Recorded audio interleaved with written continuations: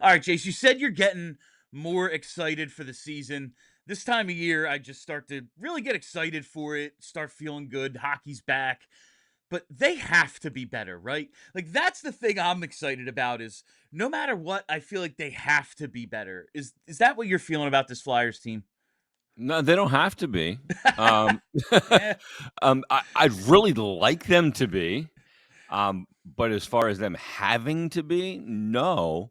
But I think they will be better than they've been the last year, or maybe even 2 years. I mean, 2 years ago, they knocked on the door of the playoffs and ended up not getting uh, in Game 82 against Washington when Washington scored in the second period with the Flyers had a pulled goalie.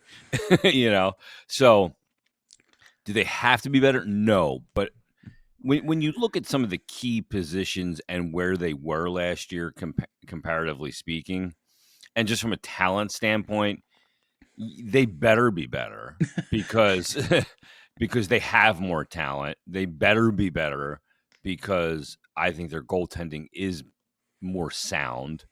And the big key to it all is that they've got a new coach, and although I love Torts, I think he was a complicated man. With this new coach and this added talent, they better be better. It's just the fact of the matter. Yeah, it just feels like being the fourth worst team in hockey, having high lottery odds. That's almost an unacceptable end to this season. Like, listen, if they get a great player because every bunch of guys underperform, that's fun. But that means we That's have to not start. fun. But we also like it's fun when we get the guy. But leading up to it, Yeah. you have to reassess everything that you put into the rebuild up to this point. Who are you Yeah. building around? Is it just Michkov and Martone and whoever that new guy is? So I am hoping that this team is considerably better than last season just because if they're not by game 50 my post games will just be me crying. That's basically what it'll be. You just falling apart. Just really crashing out. You mentioned Rick Tocchet, and I was one of the people who I don't know if I was skeptical of the hire, but it just felt like okay, yeah, Rick Tocchet Flyer. It's the easiest connection ever. Is there even a search? Like these were my early impressions, and then I got to talk to him a few times. I got to talk to other people, and immediately I was like, "Oh, I get it. I see why he's so well respected around the league." What are your early impressions of Rick Tocchet so far? No, I don't talk for a long time, and I did some radio with him and some TV with him, so I know I've known kind of the way he looks at the game, and he doesn't look at the game too dissimilarly from John Tortorella or Elaine Vigneault or John Cooper or Mike Sullivan, whoever. It's just the way that he carries himself, the way that the cachet he carries is a little bit different than every one of those guys I mentioned because of the way he played the game. So that adds an element that John Cooper can't have. Not that Cooper's not a great coach, he is. That Elaine Vigneault could never have. John Tortorella could never have. Mike Sullivan can never have. And it's that been there, done that type of coach, but one that's got an understanding of today's player, which I think is hard to do because I don't understand today's player a lot of times, and I'm probably I'm closer to age to today's player than even Talk is, but it's just the way he delivers it. He's got there's a guy that's absolutely not a shrinking violet, but there's some kind of charm to him. Like I'm sure you picked up on it when you were around him. Um, Yes. that's Yeah, kind of just unexplainable. one of those guys where like they shake your hand and you're like, I like him. Like Yeah. don't even I've said two sentences to this guy so far and I feel as if he's cool as hell. Like Yeah, that's he the doesn't just shake your hand, he grabs your soul. You know what yes, I mean? Like, yes. Yeah. you just can't kind of put a finger on exactly what it is. He's excellent at connecting with people. Yeah, and it's almost like an experience that you're just not ready for because you hear about it and you expect it to be a certain way, and then something I don't know. I don't know what it is. Some people just when it's like when some guys walk into a room, you know what I mean? You feel their presence. Like I remember Allen Iverson, he would walk into a room and the weight of him being in the room was significant. I mean, and he's just another guy. You'd hear him say one word, hey, it was it. You were just like, whoa, all of a sudden the vibe of the room changed. And not that Talk was that great player. He was a good player and all that, but there's something that just I don't know. I don't know what it is. It's hard to describe. He just feels like a person, like you get the idea of leader of men from him. That's real. Mhm. Like he gives off the aura of like whatever that means. That's what he is. But then you go, well, why hasn't he led men? Why doesn't Yes, he have all this success? Well, that is. It ultimately, is. a Yeah, coach needs talent. yeah. That's the thing. Is I just didn't know what really to make of his coaching record because it's the Coyotes. They don't exist anymore. Like Yeah. it's the Canucks. The two best forwards hated each other. I don't know what I'm supposed to take from those teams. Like, okay, probably better than expected, but I'm looking forward to seeing what he's able to do with this team because I think he does carry that weight of respect.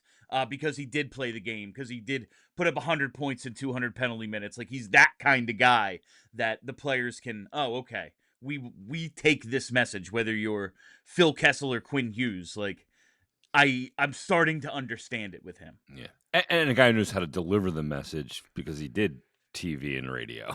Yes, yes. I want to talk about some of this talent they have brought in. Definitely want to get to the goaltending, but want to start with Trevor Zegras. It feels like he might be on the verge of like finding that magic again. What have you seen from Trevor in camp in the preseason? And I agree with you. I've seen this player that we see. You see the skill, Bill, right? Like the hands, the vision, the way he thinks the game is the way a player who has all of those tools thinks the game. Like a simple player, a meat and potatoes player, thinks the game in a meat and potatoes way. A player that has the ability to do the craftiness and with the puck that Trevor Zegras doesn't think the game like a meat and potatoes player. He thinks the game at that level. So I've seen that. But the biggest thing I think I've seen from Trevor and talked to him a few times is just an absolute willingness to start over, to come in and put in the work, to reconnect with the people that he's playing with, but at a different level, so that we can connect on a level on the ice and off the ice because they are, simpatico. I just see a player that's very serious about getting things straightened out. I've always said with Trevor, there's always been a lot of sizzle, but there just was never a lot of steak. And I love steak. But he seems like he wants to show up having stopped by the butcher shop on the way to the rink to bring a nice piece of meat, to bring something very tangible to the table. You see him staying after practice with Michkov. I think their connection is really interesting because there's a language barrier, but they both speak high-end hockey. Yeah, you know, that's the yeah, if one was deaf, they'd still be speaking the same language, like 'Cause they it understand that it language. it feels as if they have that connection cuz we've been talking about it, like does it make sense to play them together at 5 on 5? Maybe you want a little bit of defensive acumen with either of these guys, and then you see the chemistry and the potential to team up that skill and go, I think you might have to try it. Like it might really be worth trying, and you just hope they can hold their own on the defensive end. But man, the talent is so clearly there. Yeah, and it just seems to be developing. Like you see it building, and then like we see things like we saw yesterday after practice, and you see all the videos that come out of them playing the crossbar game, and like I think they're really entertained by each other because I think that like they're both so skilled and they do like these incredible things with the puck. I think he goes like I could see Michkov, how you do that, like Yes, in some Russian accent or whatever, right? How absolutely. you do?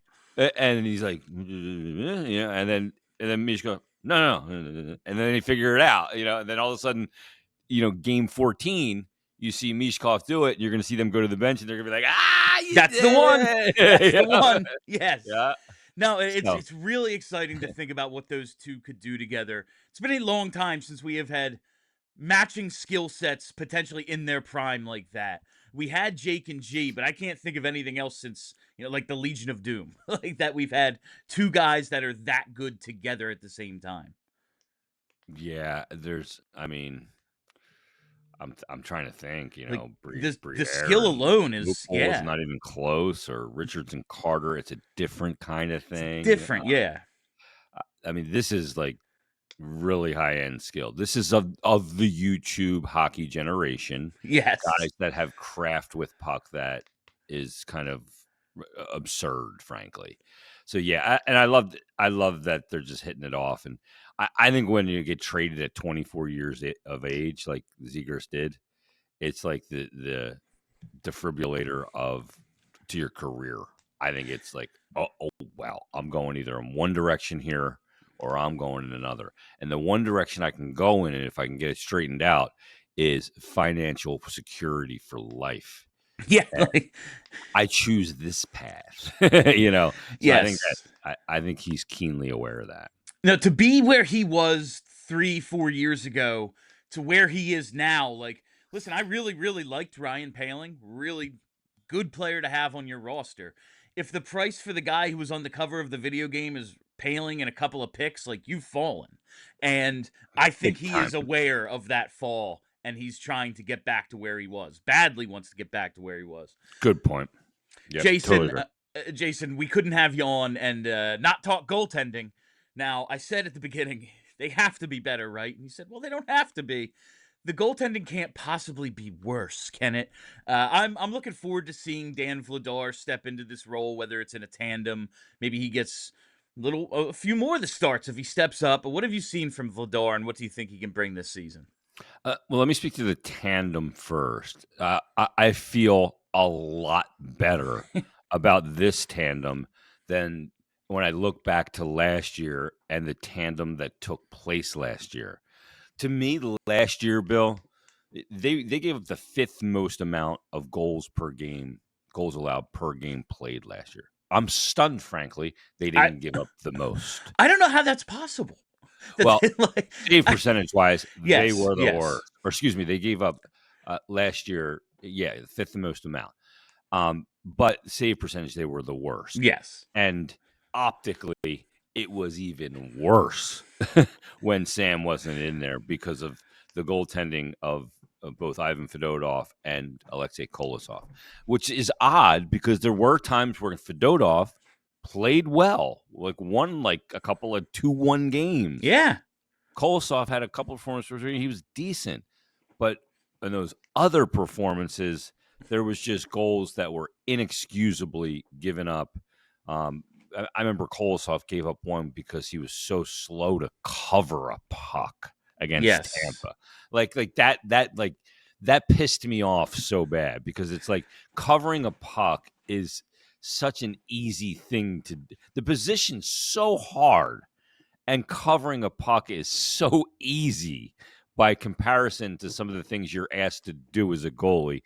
And he was too lazy to cover it up with any urgency. I was like, what is going on? And the guy standing around as a third goalie on the side of the practice ice, it was just a horrible situation. So in comes Dan Vladar on a 2-year contract, which I think is very interesting. And I watched some Vladar before that trade. I've watched quite a bit of Vladar since the trade during the summer, going back and looking at his games, his development over the years, how it's changed with how the game's changed. And what Vladar has done, Bill, is he's learned how to maximize his size. And what do I mean by that? Some guys are big and they maximize their size by making themselves even bigger by using angle or depth. So the further I come forward to the camera, the bigger I look. The Yeah, further I yeah. back, so that's the deal. A lot of big guys would make themselves even bigger to exacerbate it. But Vladar did not do that. He used his size in a way he made himself smaller, but he made it so he had to travel a lot less distance. So he plays deeper. You notice, like, especially the game he started and played the entire thing. Watch how often his toes leave the blue paint. Um, you're going to be watching for a long time. I think it was twice. That's it. And watch as the play in the zone is moving around, especially on a power play where a team's really arcing the puck at the top of the zone like a tortoise shell. And his movements are just tiny, boom, little shuffles, but all within the blue paint. The entire skate in the blue paint, and he probably wears a size 15 because he's huge. So very under control, very small movements, therefore opening up very small holes to close. Not big movements like Kolosov, who everything was totally spread out, full of holes, and then trying to close it, which is how he gives up that one goal that leaks through the middle of him when he's in a full butterfly. So and which is not even to speak of the aesthetic nature of Ivan Fedotov goaltending, which was aesthetically as pleasing as watching a baby giraffe be born. You know what I mean? It was I found it entertaining. I'd never seen At anything like times, that before. some Like interesting decision making and saves and playing the puck. So overall, Vladar and in through this preseason, Vladar's game has looked more refined than Erson's game. Now, not enough to make me go, if I'm the head coach, yep, Vladar's been better in the preseason. He starts game one. I'm going to start it with a bit of a goalie controversy. I'm not doing that. It hasn't been that good. I'm going to go the first games and we're going to alternate and we're going to fall into a rhythm. Whoever's playing better is going to get the crease for a little bit. And then when he falters, we're going to go to the other guy and see if he can give us a run. So, but the goaltending position in total. I did an episode the other day. I did 5 optimistic predictions about the Flyers. One of them was that Michkov will be a point per game player, that Noah Cates will score 25 goals, but only have one of those goals on the power play. And then last night he goes out and scores on the power play. Yep. But one of them was that the Flyers will give up 41 less goals this year than they gave up last year. That's just a half a goal per game. So they're going to go from giving up 283 goals to giving up 242 or less.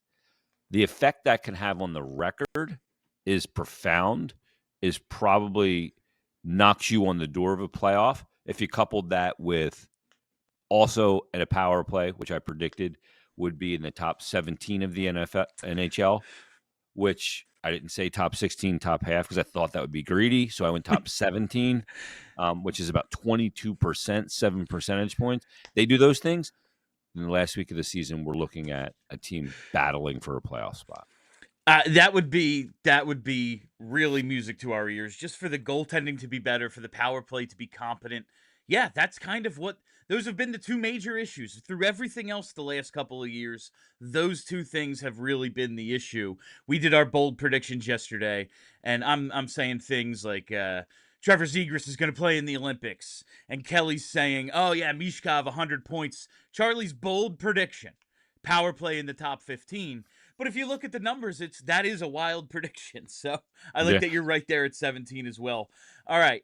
Speaking of Michkov, last one for you here. You just said you're optimistically hoping for a point a game. On one hand, I'm like, yeah, 65, 70 points, totally acceptable. That is a fine, basically what he did last year, a little bit of a bump. But on the other, I'm like, I feel like he's going to break out and be awesome. How are you handling the expectations for Michkov? Trying to keep it realistic or letting your mind wander a little? He hasn't done anything this preseason to tamp down this insanity that goes on between my ears. You know what I mean? Like, because you see the chemistry with with a guy like Zegras, and you see to me, you've already seen in the preseason further development. Like the play he makes for that Zegras power play goal, where he curls again to the middle. Travis Konechny's to his left, totally cocked, ready for the one-timer. Owen Tippett's net front, and then he passes backdoor across his body to Zegras for the wide open net. And even Owen Tippett's look on his face was, "Oh, there's a guy behind me." He had no idea. You know what I mean? And Zegras was there and just tapped it in. That was the Boston game in Philadelphia at Xfinity Mobile Arena when that happened. But I do look back. Like I look back at a guy like Nikita Kucherov, who, at 20 scored 18 points, at 21 scored 65 points, basically where Michkov was last year. At 22, he went to 66 points. And then at 23, he became a point per game player. And then he went on his way to 100 Yeah. points, 128, 144, 113, 121. And I go, this is a hard league, right? So when I look at Michkov, I think those things. But I think there is a step. I think there's the step to being a point per game player. Like I got an email from a guy who said, if he's not at least a 1.25 player, he's not the player I thought he was. I'm like, well, settle down. Like he doesn't have to be that at 21. This is the best league in the world. Like you mentioned Kucherov. We were talking about McKinnon the other day, and like how Colorado basically got lucky that he did have a slow start, so they could have him on the best contract in hockey for years. Like even the best players in the league maybe aren't the MVP as sophomores. That's if he's not at 1.25. Yeah, like our society now, we are so impatient. Like we want to stick everything into a super microwave and have it ready and actually taste good too. And there's rare occasions where it works, where like McDavid comes in and you're like, Yeah. it's ridiculous, right? But that is so rare for these kids to come into this league and be that productive right away. So he's going to be great. It may take a little time to get to being a global superstar, a 1.25 points per game player with consistency. Enjoy the ride and enjoy watching the development of that, because watching that development's fun, because you see a player just adding blocks and arsenals and different weapons to his arsenal, and how he can really dominate you and pick you apart. So that part of the building is fun. And he's a guy that's got the work ethic to do it. He enjoys the game. You see guys that love practicing because that's where they find these little other tricks and stuff to their game. He's one of those guys. Like he loves to be on the ice. So it's not going to be 1.25, but it could be a point per game player. And he will lift your butt out of the seat every time, because of the way he attacks the middle of the ice. All right. Thank you so much for joining us, Jason. What do you got coming up on Flyers Daily this week? Look, we're just previewing the season. Wednesday, Danny Briere is going to join us the day before the season starts. We'll have the GM for our annual, kind of state of the Flyers sit down, which should be fun. It's been such an interesting job that he's done with the draft and Martone and Van Sage in the last couple of years. Already Michkov going into year 2. He wasn't even supposed to be here yet. And then on Thursday, when the season starts on the 9th, we'll have our sit down with the head coach, with Rick Tocchet, which I'm really looking forward to. We're going to talk about this team, how he's going to deploy this team, and how he's going to get the most out of this team to make sure that this is the biggest thing that matters, that this organization, this team, this Flyers group moves this thing forward. Move it forward. I talked about it last week, wrote about it. I looked out the other night and looked at Citizens Bank Park before the Phillies' first playoff game, looked across to the right and saw that Eagle Stadium, and had to sit in my car and say, am I jealous? And I said, you're damn right I'm jealous. I want that for Flyer fans again, because I see what that ballpark's like. I see what that stadium's like, and I want that in that arena again.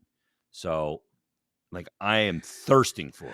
I miss it so much. I Me am too. also I Hockey in shorts. that does really it does give you the pangs of jealousy. All right, Jason, thank you so much for your time today. This is Jason Myrtetus from Flyers Daily joining us for a little season preview as we keep this series moving along with the season opening up on Thursday, October 9th. Take it easy, everybody.